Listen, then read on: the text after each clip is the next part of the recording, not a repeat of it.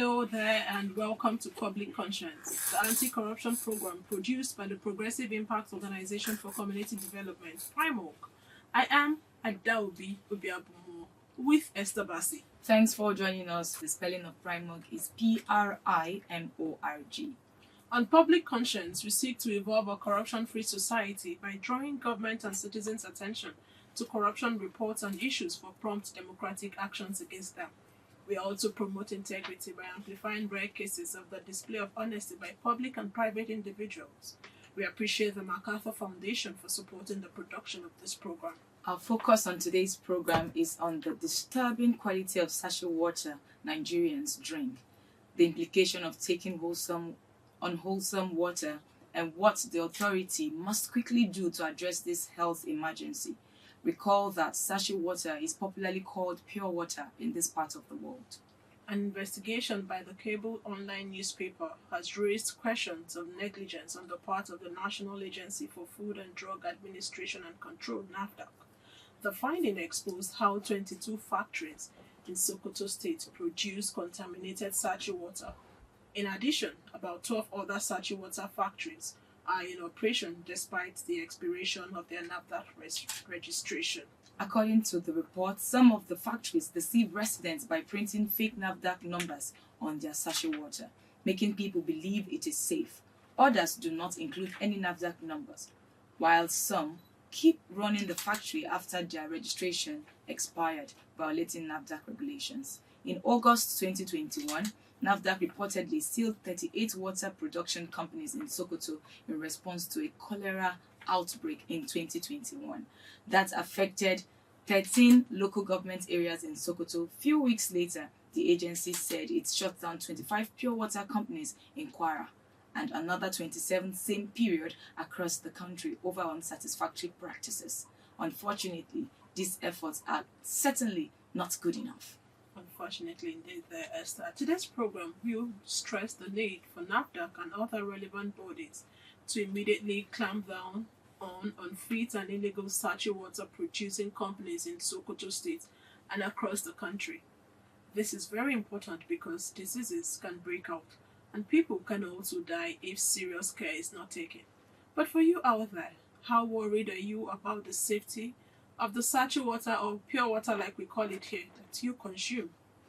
Do you even care to find out whether the pure water you drink is actually pure as claimed? When last did you look out for the NAFDAC registration number before consuming the sachet water? And how best can NAFDAC and the government address the problem of illegal and unhealthy pure water in factories in Nigeria? Be ready to join us through phone and text messages during this conversation. The WhatsApp phone line to send your message is 0902-265-6167. That is 0902-265-6167. Please indicate your name and your location when sending your message. This number is for messages only. The numbers for call will be given out shortly, but to send your message, kindly send that to 0902-265-6167. If you just joined us, the spotlight is on the quality of sachet water you drink, which is popularly called pure water, its implication on Nigerians, and how the authorities can adequately address the health challenges. An investigation report by the cable online newspaper says 22 factories in Sokoto State produce contaminated water sachets, while about 12 others remain in operation despite the expiration of their NAFDAC registration licenses. We invited NAFDAC to join us. Hopefully, they will be here. But join us via the phone with more on the report is an investigative journalist, Abdulrasheed Hamad. We would also speak with a former director of pharmacy, Ministry of Education, Ologun Taye Joseph, retired. But in the studio, we have Dr. Victor Otubo, who is a medical practitioner and a leadership consultant. Thank you all for joining us. But let's speak with Abdulrasheed Hamad. Hello, Abdulrasheed. Hello, good morning. Morning. Thank you for finding time to join us. But let's have you give us an overview of your investigation. Thank you so much for giving me an opportunity to speak about the investigation I wrote about how about 22 other factories producing water without registration with NAFDAC. what prompted me to actually do this story was because I buy pure water. I used to come across a different pure water with different lambda number written on it. And those pure water used to be like, used to show in the face that yes, this pure water is contaminated. So this is what actually prompted me that can lambda actually approve this water for people's consumption. So I know that there is a quota. So that was how I investigated that yes, there is a quota that the NAFDAC has registered. I think there is a designated quota for any product in order to confirm whether the product has been registered or not. So that was how I started my investigation. So I checked through I checked like I sample around over 50 waters in Sokoto. So I look at the water factor. So what I noticed is that they are pretty different. So we have the first one are those ones that not even write any number, NAFDAC number on their sachet water. So the second one, so those ones I think they will tell the number, 10 facts that they are producing water for people, and there is no NAFDAC number on it. And secondly, so the second one are those ones that actually take NAFDAC number. So I think this number was registered. So they just started to look at other builder companies that were registered and decided to come up with number. I discovered this when I actually checked the order, and I discovered that it's not even recognized on NAFDAC order. So the third one are the one that actually producing water even after NAFDAC registration. So what I now did is I sample like this pure water, and I give it to the scientists to work at this one that we are investing to teaching us to do. So we subjected the pure water to water contamination test. When you say 10 water, do you mean sachet water from 10 different factories? Yes, from 16 different factories, yes, different sachet water from 16 different factories. So we subjected this water to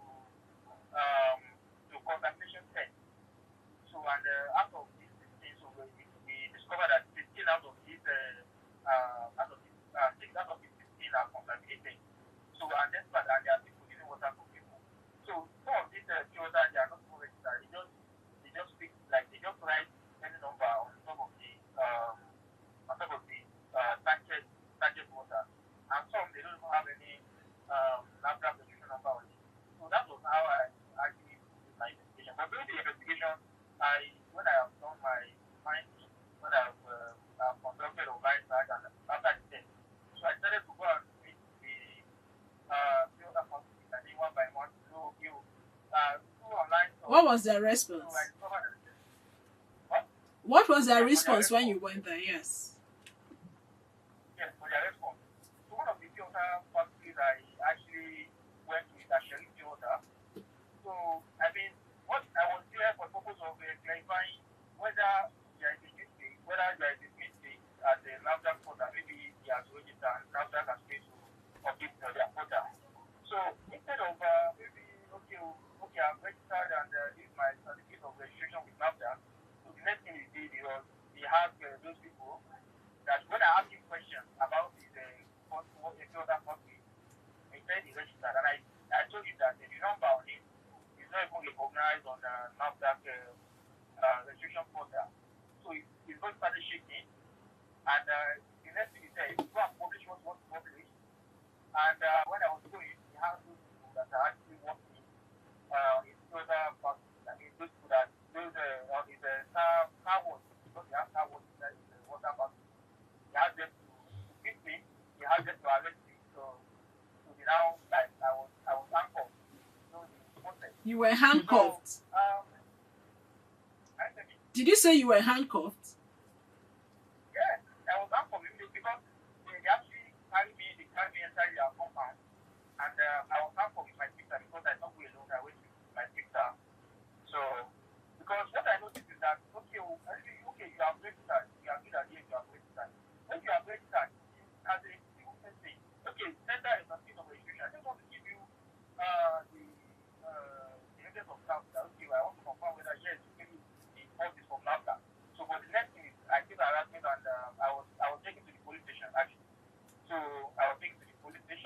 And I spent 5 hours. I was thinking I would just try to look myself as a journalist working on water conservation in Sokoto.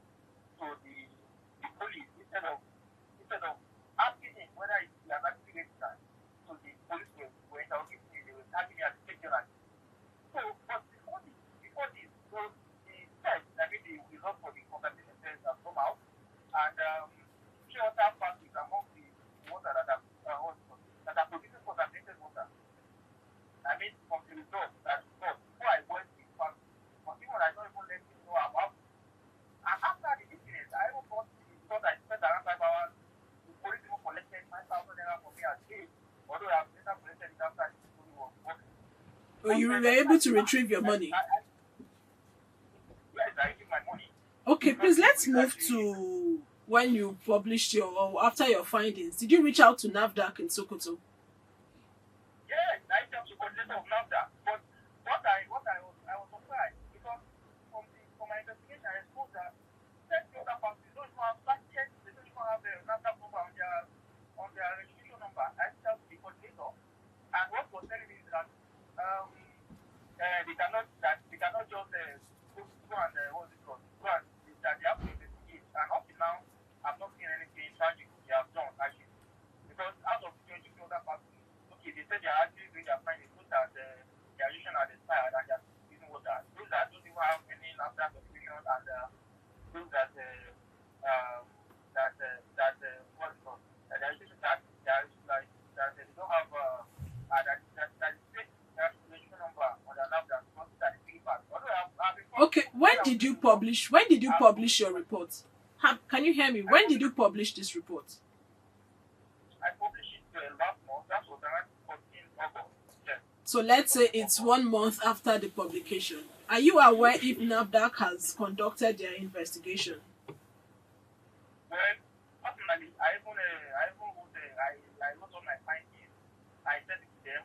What I noticed, the outcome of my investigation, I sent it to them online. I sent to their complaint, and they responded that they are going to investigate it. But up till now, I have not had any response. Okay. Do you think there's a place of corruption in all of this? But actually, what I noticed is that if at the state level, what I noticed is that if there is no corruption, I believe that even if they are investigating those ones that maybe that what is they are not showing up online, if they are investigating them, what I'm also like that they don't even have any laptop number on the and they are people who water. So they have not even done anything like that. They have not even like they have not had any maybe they have actually investigated. Okay, before we let you go, what then can NAFDAC and the government do to tackle this menace? So the first thing is that the NAFDAC has the responsibility to make sure that the water that people are drinking, the water that people are drinking, is well registered. Because what I spoke to an expert, what he told me is it's not even about the relation with NAFDAC. Because we have something like the source of water. Because we have some in Sokoto, so there is a high iron. We used to have high iron, which is part of the source of water. So in a situation where the NAFDAC has not verified whether it's water, has not verified the cleanness of a particular water. So they won't know whether it's something is even clean. It's not even about the compensation. It's sure that we are talking about iron. If there is a high iron in a particular land that they are actually extracting water, it can actually cause kidney problems. So I would advise NAFDAC to take steps, investigate those ones that I have pointed out in my report, and I am aware that they are even more than that. Because I know many of the other points that are actually giving good water and they are registered to NAFDAC. One of them is Alaska. All right, thank you very much. So I'm advising them to take steps and take necessary steps to make sure that the water that people are drinking is safe for consumption. All right, thank you very much. All right, thank you so much, Abdul Rashid Hamad, an investigative journalist. Quite an interesting but sad report there. But in the studio, we still have Dr. Victor Otubo, Welcome again to the program. Thank you. Thank you for having me. Let's get your quick reaction on the report and what the journalist said.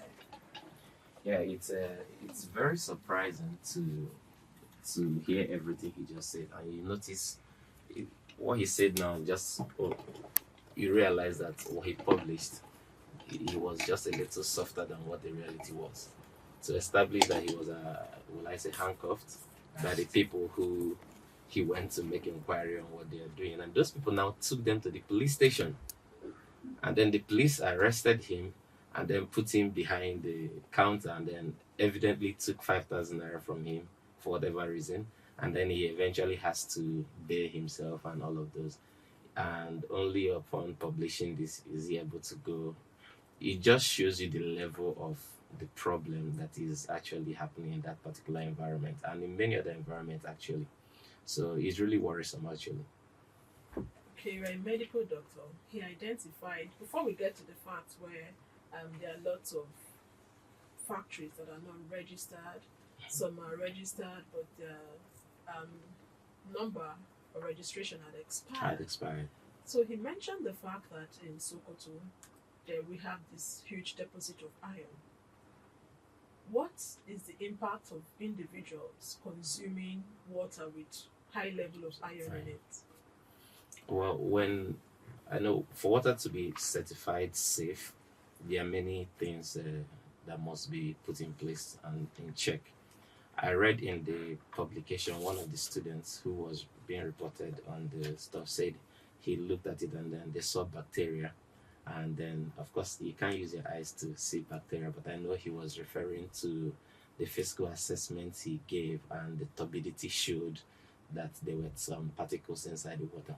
So, and that's just on the physical standards. The water has to be clear, zero turbidity, and then the pH level has to be between 6.5 to 8.5. Then when you come on the microbiological standards, it's essential that it's free from essential, or let's say, viruses or bacteria or other forms of pathogens that could implicate health generally. Then chemically, which is on your question, heavy metals, particularly lead, iron, are very dangerous to the health. In fact, they even can completely compromise the organs like the liver, which is very fundamental in the entire digestive system. So when these things are not in place, it underlies that the regulatory processes is strongly something to be questioned at that point, because once the source of water, something like let's say in Israel, they have the Red Sea or the Nile River, which is close by, but it has been established that the cost of let's say purifying water with high salts and all of these chemicals is more expensive than even trying to purify water from sewages. So they try to purify sewage water and get it back to drinking water than to even take water that is all open in the ocean and try to purify it. So essentially, once the water source has very let's contaminated by high level of solid metals or heavy metals, I just don't think that water body is even a good source of water to be considered for drinking. So that's why, like, is the foundation. You just like when the foundation is in air, you can try to change the windows of your house, even change the roof, but you can't change the foundation. And the foundation of this thing starts with the quality of water that you're trying to process, because it's going to be very, very expensive. When you run it through your entire factory machines, those metals can completely destroy the machine. So you now see why they perhaps will not run it through all of those processes. So waters that have heavy metals, lead, iron, nitrites, and the rest of them are really a no-no at all. People should not even have them as the primary source of water that is being purified or refined for people to drink. Yes, completely. All right, thank you for that background. But we will get back to you. Let's speak with former Director of Pharmacy, Ministry of Health, Ologun Taye Joseph, retired. Thank you for joining us. Thank you very much for having me. Let's have your quick reaction to the reports that we have that we are amplifying today. Yes, the report of the challenges with pure water and the menace is causing in terms of spread of infections or contaminations and health challenges in people is a serious problem. It has not started today, but the problem is that it's more or less escalating an endemic, and it calls for a concerted action by all. We cannot leave the issue to NAFDAC only, and we must have multi-sectoral approach to the issue because it's becoming a very serious challenge in the society right now. So I think shortly I will also look at it in terms of the failure of the system in one way or the other, and the non-actors that are not upping their games in terms of state control and their understanding of how to intervene on the issue. Thank you. Okay, so you are conversant with the NAFDAC and its operations put together. What do you see as the main problem here, and what could be the reason for regulatory failure? You mentioned system failure earlier, and you can go on and answer. NAFDAC is trying its best. However, they are also human. They are very, very limited in terms of the manpower they have to be able to challenge the volume of issues that are with them. So that is why I say it's a systemic issue. Some people are retiring, some people are leaving the organization for one reason or the other, and there seems to be no replacement as such. So the manpower strength cannot cope with the volume of work that is assigned of the roles they are supposed to play in terms of regulating this pure water issue. So, and that is why I say it is becoming a systemic issue, because it is not today that it is starting. It has been ongoing, but if there are no concerted effort to address it, the situation may also deteriorate further. That's what I meant by this. Then the attitude of the other, the players there, those who are setting up the business, their attitude to the business is like, we just want to make money at all costs, so it doesn't matter, they are compromising here and there. And so we must look at that also, and the role of the state government in the state, in the areas where these factories are also located. Bearing in mind that they are small-scale businesses and they are also asked to make money, and in terms of the economic aspect, it's also adding to the problem. So that's why I say it's becoming a very serious issue. So aside on their own, they are trying their best, but now the situation, it means that they have to go back to the drawing board and see what they can do differently at this time to address the situation. So you're saying that aside from manpower shortage and the strength not being able to cover the breadth and length of the country, also have corruption laced underneath the system? Yes, it's underneath, but it is difficult to prove, but it is clear enough that some people are cutting corners, and it's not good for the health of the nation in general. There are compromises in terms of making profit, and then not using the quality material that it's supposed to. There are some people not renew their letters as when due, because they will tell you they don't have money, they have not made the money, and so on and so on. So there are a lot of myriad of issues that are embedded, and it's also pointing that there is a corrupt practices underneath that it may not be open to everyone, may not know it. So he has to be looked into and see what can be done. Are people compromising?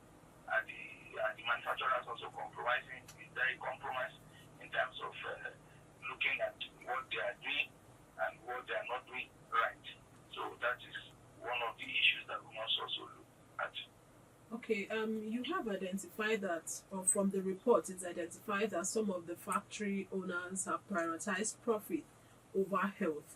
Do you think that NAFDAC should do more in terms of sensitization on the implication of this compromise? Yes, NAFDAC is doing that. But now that these issues are coming up, it means that you have to do more in terms of sensitization. You see, the factories, there are so many raw materials involved. It's not only water they are using for the production. Water will be the major raw material, but it's not only water. There are other packaging materials, labeling materials that are involved. And these materials are becoming so expensive, and they are not, we don't even know what quality are they using. are they specified the quality they are supposed to use? The system they are also operating, are they semi-automated or automated system?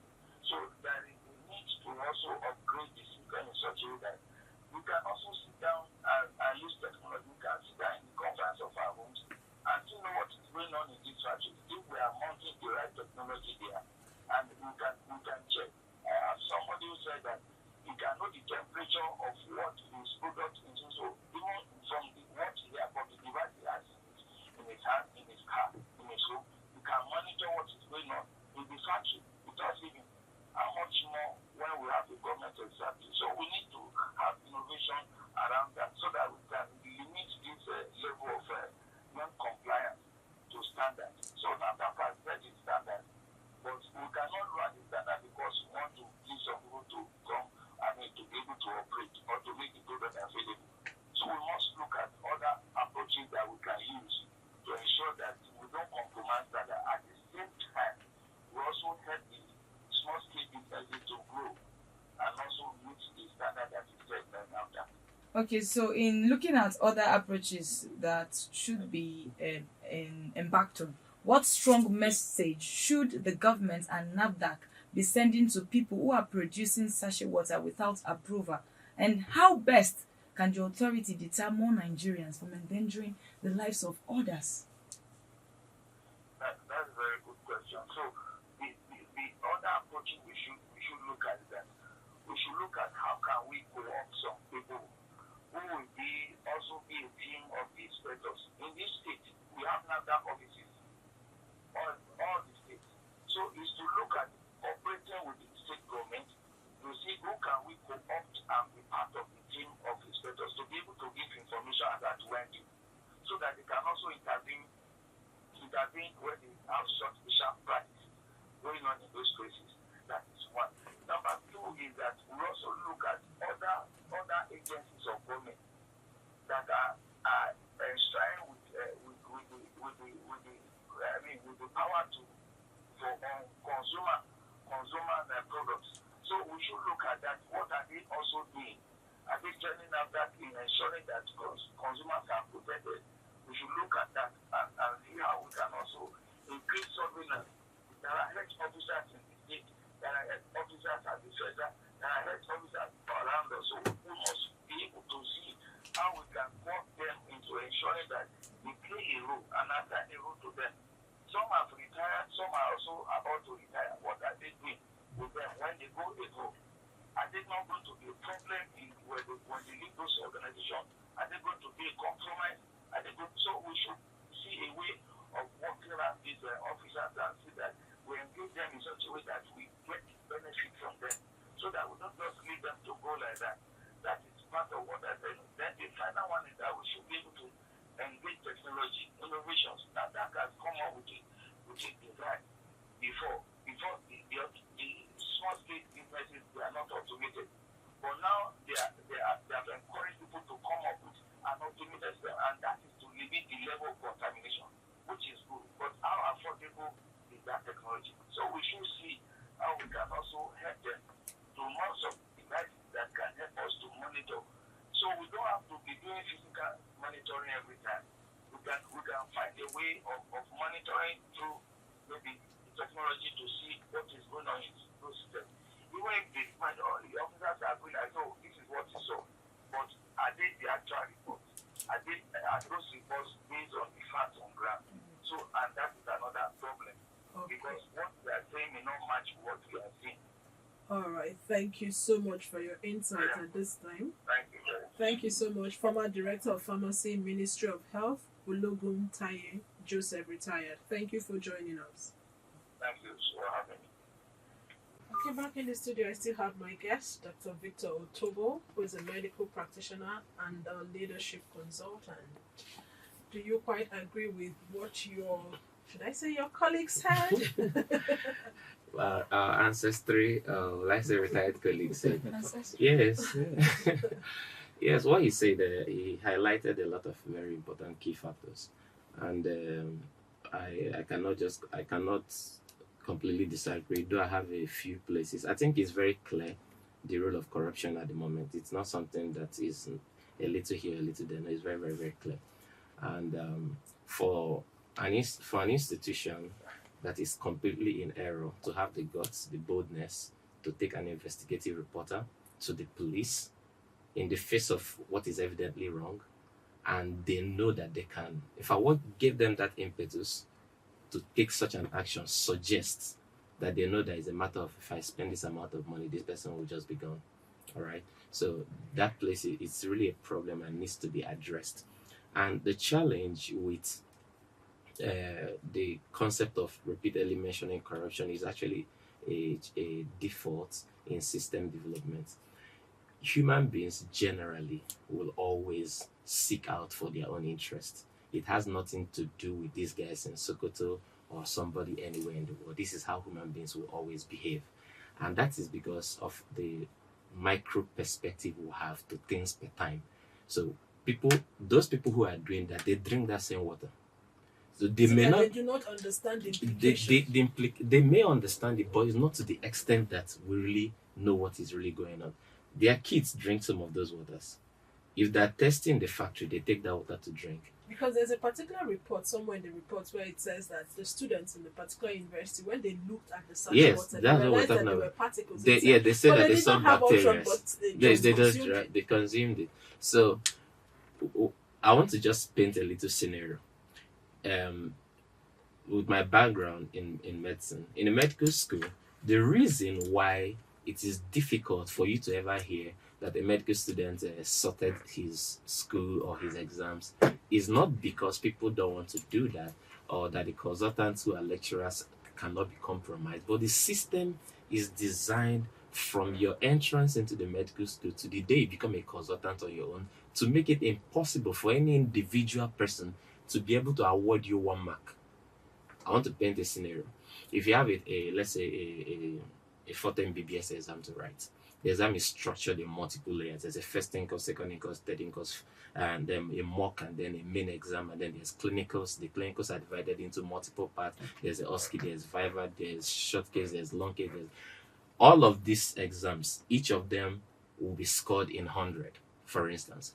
But at the end of being scored in 100, it will be reduced to have a maximum impact in your overall score to less than 2. And then each of these exams that is scored in 100 may have maybe 5 questions. Each question will be marked by 3 lecturers. So because of the system, it's just difficult. Nobody can award you 1 mark. So when you look at a system like in NAFDAC and with what is going on, once there are loopholes in systems, people will always take advantage of it. So before we just talk about corruption to corruption, 2 things are very important. Was the system is in error, and number 2, when there's no consequence for wrong behavior. I have a tweet from Kingsley Moale. That's something I think some years ago.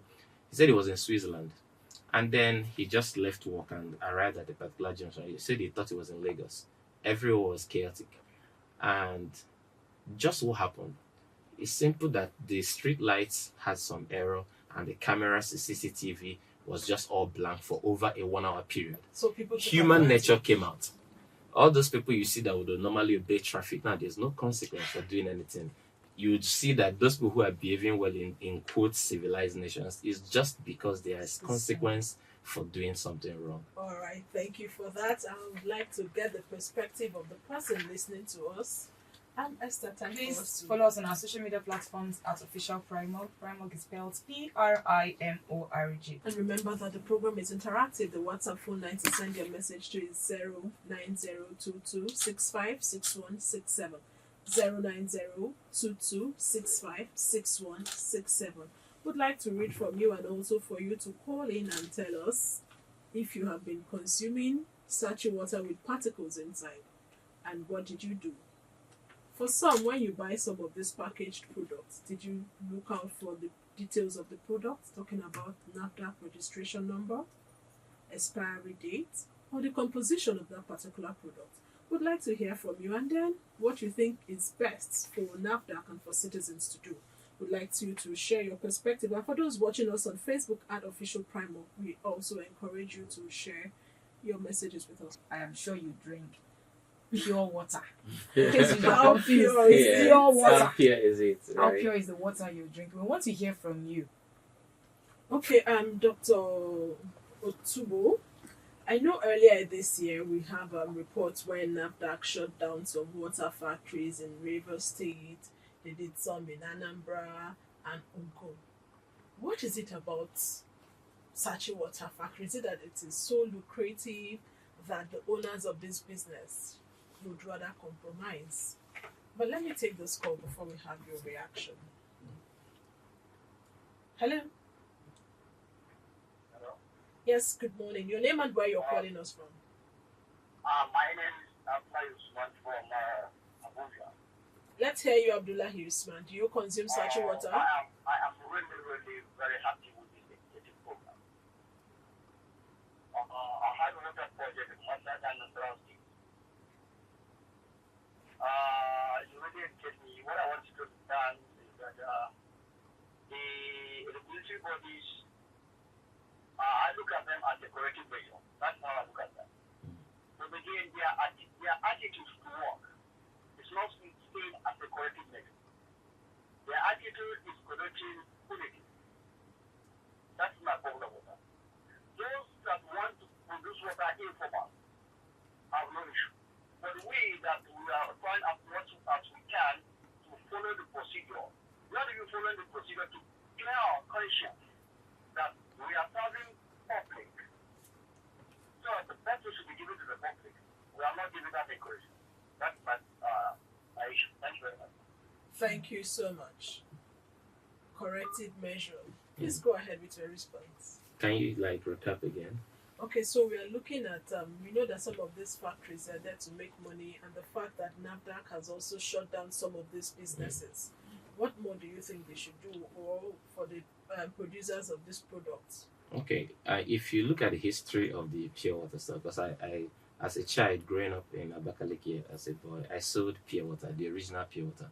It was Those ones in nylon, there was one right? nylon, and then That's ice water. ice water. Thank you. So you just go to the tap, you put it, you tie it, you go, you sell it 50 kobo, 1 naira at the time, and then it evolved to the pure water that we have today. Now people want to drink.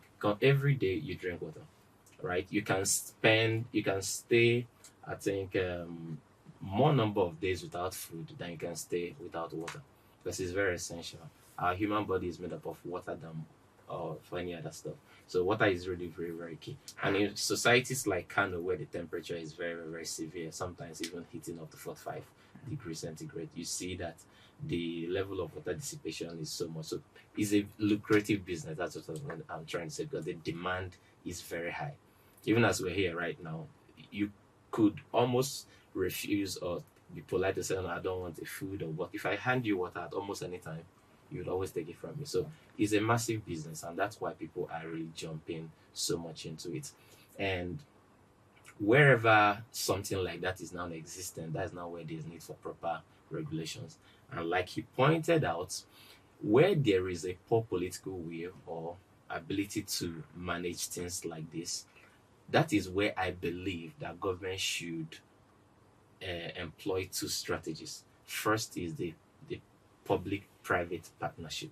All right. If you go to UAE, Dubai, I noticed in my visit that's what they do to virtually almost all public infrastructure. The way we've done with electricity, I see how the people who are currently in the what do you call it, the electricity distribution companies are very effective at following up. If we do the same with what we have in NAFDAC, we're going to have an appreciation in the morale of the people who are working in the various places. If someone has to sit in his office and for doing nothing at the end of the month he gets a salary, you don't want to imagine the level of stress it will be for the person to do otherwise. So this is a place where there is need to consider if there are other ways to bring people who are more motivated to do the job. And if this is a private organization like we have done with NNPC, if we do the same with NAFDAC and maybe other things around it, it will improve. Number two is that there's need. I've seen this also apply in some places. They create industrial zones so that things can be easily monitored. You can't have pure water factories scattered all over the places. It becomes a very, very, in a city like Abuja. I grew up in a small town in Abakaliki.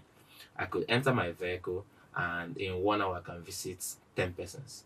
In Abuja, you can't try that. You can't just take a vehicle, you say, want to go and visit someone in Kuba, from Kuba, go to Lube, from Lube, you go to that. It's so widespread. So do you think NAFDAC they are overwhelmed? Or I, perhaps the manpower I, is not enough? like he himself had highlighted, who has more insight based on the position he had been in, I believe that may be a problem. And one of the ways to now curb that problem is to centralize these people. In most states, transport companies are centralized. Everybody, all the transporters be in a particular place. If we create a kind of economic zone in states, especially in societies where there is, because we've not talked about something that is very important, environmental health, where you have open defecation, sewages are just open, like we even have in Abuja.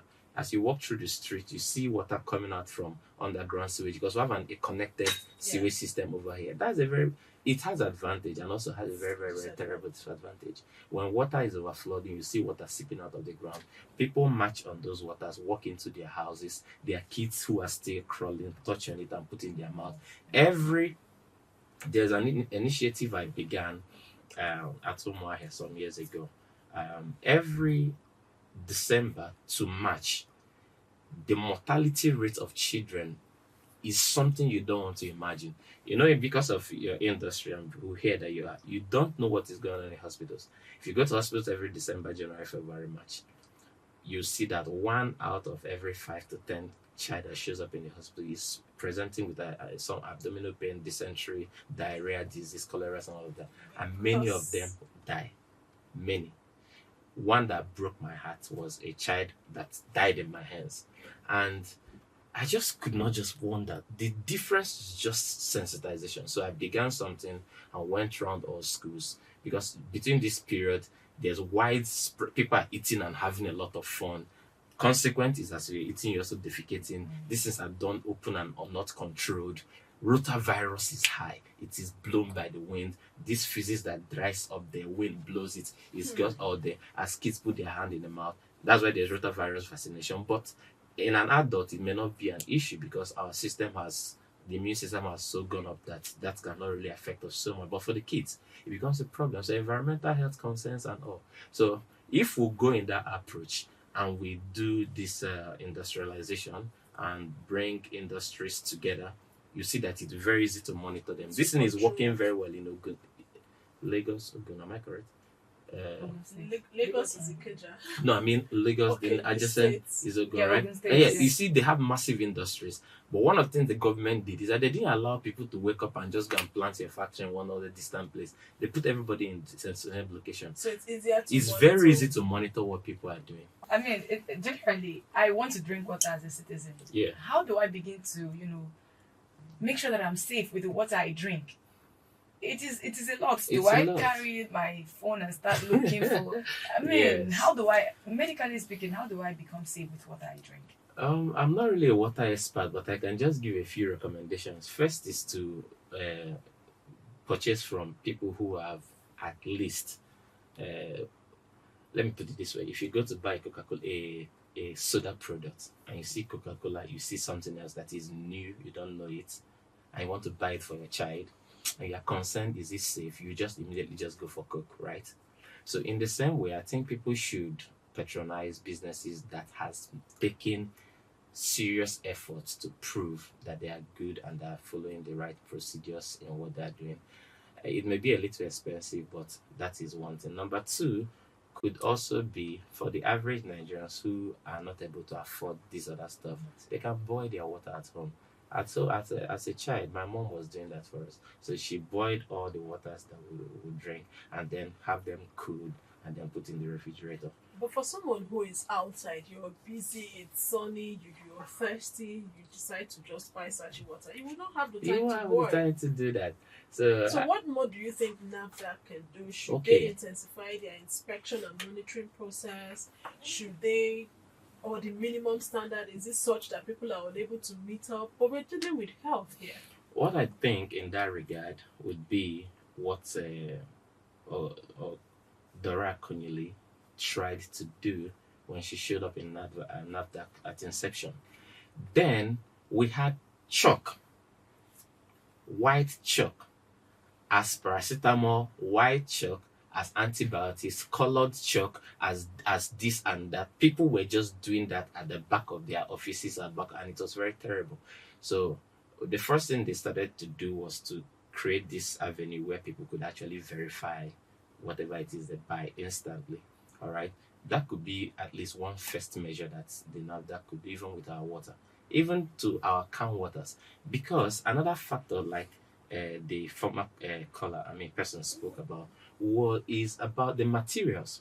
Some of these plastics, whether in the sachet water or the can water that we have, under certain temperature, right, become carcinogenic.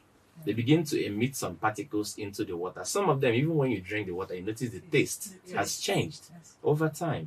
And some of them may be because it has stayed for longer at the expired. Some of them could just be that it's exposed to sun. In Asokoro where I live, there are lots of malls and all. You go to some of those places to buy water, you see that this stack of water has been in the sun for weeks. So you go there, and then you just notice if you heat something up, you see some bubbles, and not just bubbles, like the condensed evaporated parts just up on the whole. You just know that this thing has been in the sun for a long time, and it's not safe. And it's already not safe. It left the factory safe, but at this point, it's no longer safe. All right, this one. It's only the agency that could do something about it. People, if they could go around, see waters that are stored outside, they should impound it and have some consequences for doing that. Then there should be whistle blowing, right? People should be able to report. There's time it was if you see something, say something, right? Yes. There should be, and if you see something, say something about water, especially in societies where it is really, really a problem. So if we do that, maybe it could be USSD codes, it could be barcode scanning, whatever it is. It could encourage people to report, and then government could be more proactive. If more people see what happens to those who have done things wrong, other people will at least improve their behaviors. Thank you so much. If you see something, you say something. It's not all about corruption, but the water you consume, how safe it is. I know that you have learned a thing or two, but if you still have questions for us, we would appreciate if you could send a message to 0902 265 6167. We cannot overemphasize the importance of drinking safe water because with the condition in the country, I bet you do not want to go to the hospital. I know it's not that cheap out there. We really need to wrap up the program, Esther. Please visit our news website, primognews.org. That is primognews.org for all the details of our reports and interviews. Visit our website, www.primog.org, to get all the information about Primog. And you can watch our videos on Primog TV, our YouTube channel. Please subscribe to get reminders when we have a new post. We sincerely appreciate our guests, investigative journalist Abdul Rashid Hamad and former Director of Pharmacy Ministry of Health, Ologun Taye Joseph, retired, who joined us via the phone. And to our guest in the studio, Dr. Victor Otubu, medical practitioner and leadership consultant. Thank you for being here. Thank you so much for having me. Public Conscience has the support of the John D. and Catherine T. MacArthur Foundation, committed to building a more just, verdant, and peaceful world. Get more information about the foundation on its website, macfound.org. Join us again here next week for another episode of Public Conscience. And remember to follow us on Facebook, X, formerly known as Twitter, at Official Primog. I am Esther Bassi. Remember that birth registration and birth certificates are free if your child is under 18. Help stop the corruption in birth registration and do not pay for birth certificates. And also remember that you can send us information or hints about corrupt acts through our phone at 0902 265 6167. Okay, just as a final remark, I just feel this is important. The people who are most impacted by contaminated water and all of those is our children. And I believe parents, most kids don't buy water on the road. They drink most of their water at home and in schools. So I encourage parents in PTA meetings, right, to see how with the schools that the kids attend, they discuss this matter to ensure that water that kids have access to in school are actually drinkable water. And also at home, they should ensure the best practices. In addition to that, a simple hand sanitizer will go a long way. We did it in Omar here, and the outcome was just massive. So schools, you could, if the school will not implement it, just give your kids small hand sanitizer as they go to school. If they're done with their break time, put it in your hand, clean your hands before, because the biggest problem we have with children is that it is hand to mouth every time. Thank you so much. Thank you for that. I'm sure the person listening heard what you said. Okay, you can also send your messages to us at 0902-265-6167 or info@primark.org. I am Adaobi Obiabumo. Thank you for listening.